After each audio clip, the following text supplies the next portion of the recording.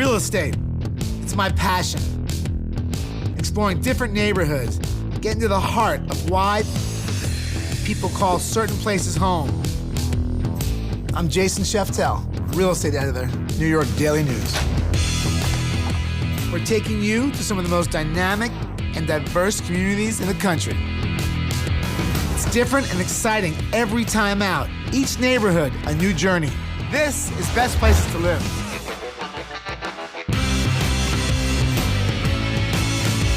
In this episode, breathtaking $1 million views. You could buy this for around 1.2. Cross River, this gets you a one-bedroom at best. Art, culture. At one point, New Jersey had the largest immigrant population of the country. Nothing like a boat ride on a beautiful day. This is a real science center, isn't it? We're the largest museum in New Jersey, and we get 600,000 visitors a year. Oh, you're from Jersey? I say, no, no, no. I'm from Hoboken.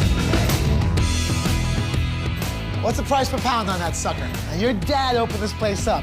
You like to wear those hats, huh? This is like a time capsule. Yet another Hoboken phenomenon, Carlo's Bake Shop. You came all the way from Pittsburgh? I did. All just a stone's throw away from the capital of the world. We're here on Jersey's Gold Coast. I was raised here, and I'm gonna die here. Jersey City and Hoboken, the crown jewels of the Gold Coast, that have in recent years become exciting places to live and work. Both are steeped deep in rich history, and today, the immigrant story is weaved into the very fabric of these cities. This is the same route, the same waters that the immigrants took when they came through Ellis Island. Can you imagine the hopes and the dreams and the thoughts that went through everybody's mind? You feel the same now as you approach it.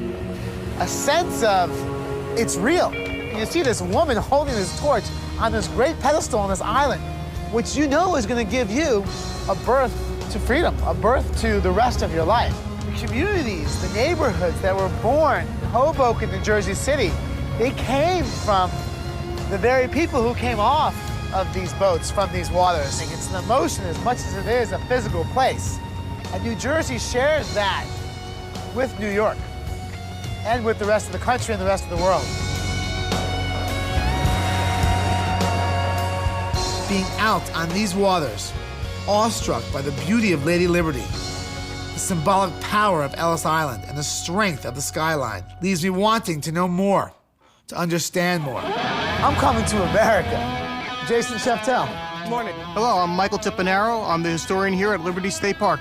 Michael, how are you? What a beautiful place. You got a beautiful place and beautiful weather today. I can't wait to hear about it. You want to get started? Sure we do. Let's go. Michael, you have a pretty cool job. This immigrant walk. Tell me a little bit about that. Where am I right now? Right now, you're standing in what's known as you're right between what's known as the concourse and the train shed for what was the Central Railroad of New Jersey. Interesting. This was their passenger service portion of it, and what became the rest of the park was where their freight and other operations. So immigrants would actually come to Ellis Island, stay there until they were let go. At that point, they could choose between New York side or the Jersey side, I guess. What made them decide where to go? Let's say you wanted to go to Albany. What Albany? Some people ended up on Albany Street. Yep. Others people up in Albany, New York. So along the immigrant walk, what were they allowed to have with them? Their life belongings, a trunk each? What kind of possessions did they have? They came with whatever they could carry. At one point, New Jersey had the largest immigrant population of the country. We've come through what's known as the baggage tunnel, and then right over here, we're going to go to where the immigrant waiting room was. They would come here from Ellis Island on a ferry boat. They would dock in one of these slips. And what you see on this side here, right behind us, this archway, that was like a drawbridge. They were greeted by the Statue of Liberty, processed it on Ellis Island, and then started their lives through this railroad station. What's the draw for Liberty State Park right now? It's described as the green oasis in this urban jungle we have here. We have Manhattan on the one side of us. We have Jersey City, which is going through a renaissance on the one side of us. Okay, so what can you do here? They can, have a picnic. They can see the views from here, take the family trip over to Ellis Island, Statue of Liberty, temporary exhibits in our museum portion inside the terminal building. This is the second busiest state park in the country. We're second only to the Niagara Falls. Close to 6 million people a year coming through this park. Amazing. Walking through here, you get a sense for the emotional importance Liberty State Park holds. You've got behind me the 9/11 Memorial with a view corridor right to the September 11th Ground Zero area. And you have Ellis Island around the corner. 150 years ago, people came into this country through that corridor. And now we can remember the people who passed away in America's worst attack ever in the same space, in the same breath. So it's humbling and it's somber. So much about America happened where I stand now. From the waters of the New York Harbor to the streets of Jersey City, I couldn't stop thinking about our ancestors and their journey to America. How are you? For some, like the Vasquez family, living the American dream meant setting up home and shop right here in Jersey City. I'd like to welcome you to Azúcar. Bienvenido a mi casa. My name is Nick Vasquez. Welcome to paradise. Tu casa. Home away from home. What does this mean up here? Oh, come y bebe que la vida es breve. Eat and drink, but life is short. Dude, what are we serving that's great here still? What do we got? You know what? Our fish is probably the best fish you're gonna ever eat in your life. Really? Florida red snapper is probably the best fish you're gonna eat. How do you prepare it? You know, we do it the old-fashioned way. This is just good. It's as good as it gets. As little as possible. Really? Well, that's how my mom told me. Because the less you do to quality things, the better it's gonna taste. Look, it serves on Cuban paper. Come on, right here. What's this, shrimp? Oh, my God. Right? You grew up in this neighborhood. There was nothing here. New Jersey gave the Spanish population, Cubans especially, an opportunity to live the American dream. I wanted to bring my food, which is Cuban food, which is Creole food, to the masses. I mean, this is chicken fried steak, Cuban style. We're making the moros en cristianos. This is a real staple food for all Cubans and all Latin. Oh, look, here. What you do, He's plantains? making the green plantains. Green, now what makes them green? That's not green. Because they are green. Really? They are green. Homemade plantains. You beat Bobby Flay in a throwdown, didn't you? I took him Whoa, down. Tell me about that. Cubans don't back down from a throwdown, do they? Are you crazy? What'd you make? What was the product? What It was a Cuban sandwich. Oh, it was? The pork. Yep. Has to be cooked slow. It's the pork. He's right. It's a slow-cooked pork. Pickles. You just don't use any pickle. You use kosher pickle. Kosher Why? pickle? Well, it's it's next to Jews God. and the Cuban, We they gotta get go- along a little bit, huh? We are the Jews of the Caribbean. And needless to say, thank you. Question is this, how many days ago was this on the tree? I would say about a week. That's all. That's 1 week. No joke. You know what? It's a beautiful thing, isn't it? Yeah. Bobby Flay, eat your heart out. This is Cuban food. With a content stomach, it was time to walk off that Cuban feast and check out one of the country's renowned science centers, Liberty Science Center. Welcome to the Science Center. This is a lot more than a museum, or this is a real science center, isn't it? We have 300,000 square feet. We're the largest museum in New Jersey, and we get 600,000 visitors a year. We needed a place that inspired kids about science and technology. We're Thomas Edison here, we're Albert Einstein here, but we need to identify the next generation of people. Who are our next innovators? A great opportunity for people to catch up and learn with their kids. That's what we really want to engender, is family learning, family togetherness. Fantastic. Yep. Let's show me what you got here. All right. We actually have 3 theaters. Have a gallery just for kids ages 2 to 6. Or we have stone xylophones. We have a giant climbing structure. We have a ball machine that Very shoots interactive, colored balls very in the air. interactive. Yes. And the little kids need their own space where they can do age-appropriate activities without the big kids pushing them out of the way. Hi, Mr. Fishy. These fish came out of the Hudson River Yes. right here? You're Yes. not kidding me, right? No, and Is they're... that what science centers do? I don't know if all science centers do that, but we try to be realistic, and this exhibit is about the Hudson River. And what has the Science Center come to mean to the Jersey City community? You know, I think it's a source of pride, and we really want to encourage everyone in Jersey City to view us as we're their neighborhood museum. That we're accessible, we're right on the light rail, we're friendly, we're open, we want you to come. There you have it. You can be a scientist for a day. There's a reason Jersey City is so hot right now. It's 6 minutes to Wall Street by boat or train. The brownstones, residential towers, the sun always seems brighter over here.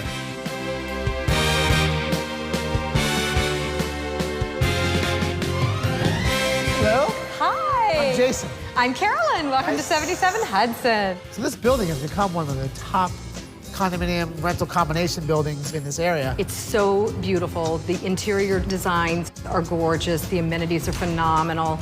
And you have such a great variety of floor plans, price ranges from which to choose. So really, no matter what you're looking for, you can find it here. This is a one-bedroom apartment with a home office.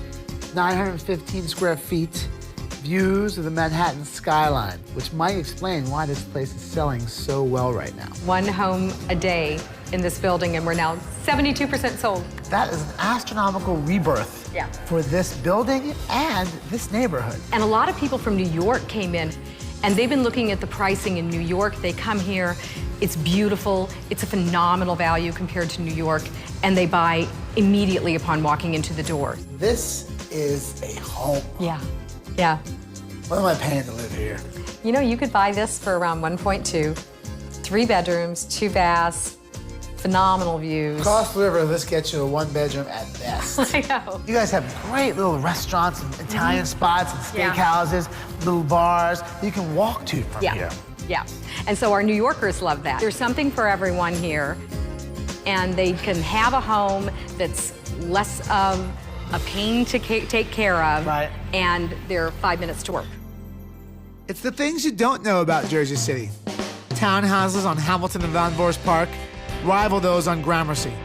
There's a sailing school in Newport, a large mall you can walk to, and there's even an emerging artist scene. You can't visit Jersey City without taking in one of the most spectacular views in the world. The Manhattan skyline from this vantage point is simply poetic. Here at the Liberty House restaurant in Jersey City, guests are given a front row seat to something incredibly magical. Hi, I'm Executive Chef Ken Tricolo, chef here at the Liberty House in Jersey City. I mean, not a bad backdrop. I can't tell you how many times some of us come upstairs still or outside and take a look at the view. It's pretty amazing. So the cuisine here is American with continental flair. Yeah, some French and Italian influences, definitely. We have duck on the menu. We also have your American classics, steaks and grilled fish. People come here from all over. Did you have proposals? Yeah, the weddings here, but do people get proposed here as lunch? Look at that, I would love to come out for a drink and get proposed right there. Proposals, a lot of anniversaries, a lot of people coming back every year. You know, they're showing their kids the view. They're showing their kids how beautiful New Jersey is, you know, the parks and what we have to offer as a state. And just creates a really nice experience with the background, looking over New York. This could be one of the finest places to sit down and have a drink and have a meal, isn't it? I think it is. Hoboken has a lot of nicknames, the most famous of which is the Square Mile City. You can walk or bike almost anywhere within 15 or 20 minutes. Another nickname that we like is the Sixth Borough.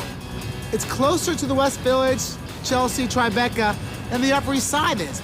So Hoboken has become a very important part of the New York City living experience, as well as its own New Jersey stronghold. Hi, I'm Bob Foster, director at the Hoboken Historical Museum, and you're here inside the museum with our current exhibit, Driving Under the Hudson. Bob, this is someplace. Thank you, thank you. Take me back to the beginning of Hoboken. Hoboken really starts to come into play after the Revolutionary War. So in the 1770s, a family came into town called the Stevens family. They were like a Renaissance family. The Stevens family bought the land that is all now Hoboken for about $3,000. They developed railroads. Hoboken really owes so much to that family. Hoboken is incorporated as a city in 1854. It's the time when they start to lay out the city, they start to build on the lots. The population in the 1850s, though, is only about 2,000 people. Today, we have about 54,000 people. How did the tunnels change all that? And I know the tunnels played a big role in Hoboken's present and its future. So at a certain point, they realized, like when the heyday of cars is coming in and trucking, they didn't want to depend on ferries to get all that commerce across. And the Holland Tunnel, if I'm not incorrect, came first. This would be the 85th anniversary of the Holland Tunnel. The shortest point between Manhattan and Jersey is at that section. How important has this place become to the Hoboken community? I think it's become very important. There aren't that many full-time cultural institutions in town. We're open full-time, and we do change exhibits regularly. Hoboken has a great art scene. Now you could say the manufacturing is geared more towards, individual artists creating their artwork. And of course, filmmaking has always been a big thing here, Sinatra, but you had On the Waterfront film here with Brando. That is our big claim to fame with films. We did an exhibit a few years ago. It was called On the Waterfront, starring Hoboken, New Jersey. Really, the beauty of that film for us is that it's all shot on location in Hoboken. What a gem of a little museum. Such respect and care for all that's happened here and will happen here. There's so much to learn inside these walls.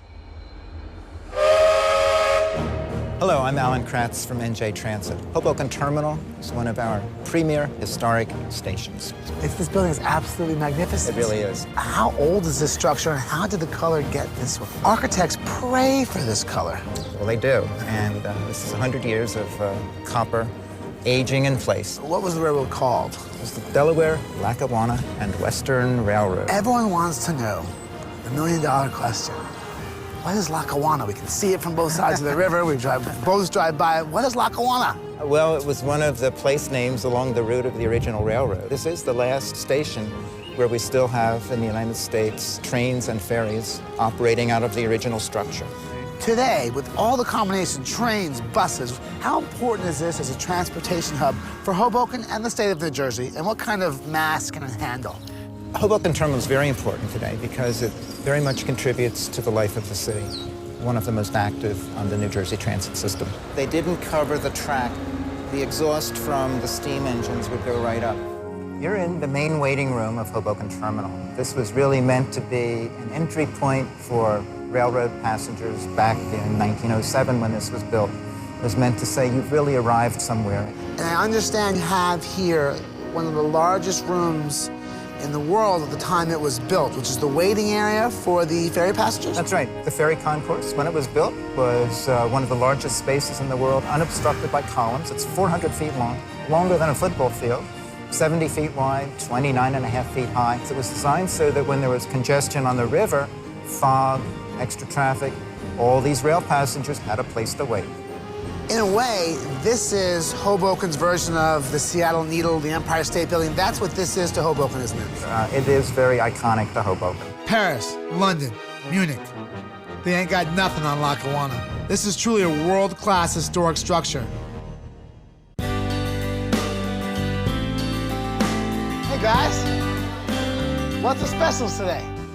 Hoboken has a tremendous sense of history. Trulio's and other places like it are part of that history. Ribeye? Ribeyes. That's a ribeye, huh? I'm Joe Trulio. This is my brother Steve, and we're the owners of Trulio's Meat Market here in Hoboken. And your dad opened this place up, right? In 1952. What's truly fantastic about Trulio's is the place opened up in 1952 by a World War II veteran. Of course, his last name was Trulio. How long have you been doing it for? Oh, I'm doing it since I'm 9 years old. People love Trulio's. Oh, yeah, because we cut fresh meat and we deliver. You deliver. If I'm sitting home today, I want a couple steaks, you can get it to my house? Right. Around the corner from here is the original entrance to the original butcher before they moved it here to Park Avenue. This is like a time capsule. If I was to close my eyes and say, take me back to a butcher shop in 1952, they'd take me right here, wouldn't they? Yes. Whose hats are those? My dad's. Yeah, he passed away in 1992. Did he still hang out back here? Yeah, he did. He didn't work in the new store. Salt of the earth, these guys. They should have an endangered list for old world places like this. All their lives, they've been part of this neighborhood. Every great neighborhood deserves a Trulio's. Yet another Hoboken phenomenon, Carlo's Bake Shop. You came all the way from Pittsburgh? I did. Next in line, whether it's Carlo's Confections or a Sunday brunch fit for a king, Washington Street in Hoboken is chock full of some of the best eateries and bars this side of the river. Oh, you're from Jersey? I say no, no, no. I'm from Hoboken. In 1895, the building was built as the Madison Hotel. Was it really? You got going on inside? Inside, we got a lot of food, a big buffet. Talk about energy and verve. Madison Bar and Grill has it all. Jazz, good grub, flowing taps, and an owner who loves the neighborhood as much as he does his customers. This is a great neighborhood joint. Another thing I want you guys to look at is as I walk out the door of the Madison, the view of the Empire State Building, which view of the skyline of New York, I never, ever get sick of. It's really like your own personal postcard night and day. Matter of fact, Yeah, you got to check see. this out. There it is. There it is. That's the view outside. On my phone. I'm Dave Carney, and I own the Madison Bar and Grill right here in Hoboken, not New Jersey, Hoboken. And if you'd like to place an order for some history with your pint, then look no further than Elysian's Cafe. Hi there, my name's Eugene Flynn. I'm the owner of the Elysian Cafe here in Hoboken. They built it in 1895 as a bar, 1895 as a bar. and it's been running as a bar Called the Elysian?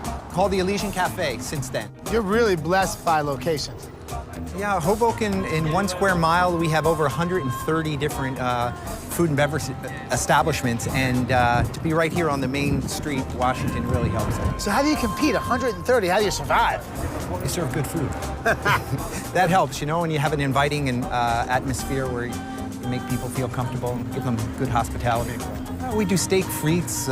We do all kinds of wonderful sandwiches. We have a warm, inviting bar that people come into. They have a couple pops and then something to eat. Very interesting woods in Cuba at the time, and it's all Cuban mahogany, and it's a one piece, the whole bar. It's truly beautiful. It really is a wonderful place.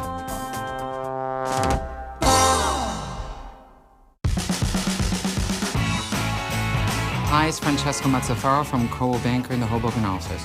So I hear Hoboken is your town. You really understand how to sell this place. Of course. What's so special about living here?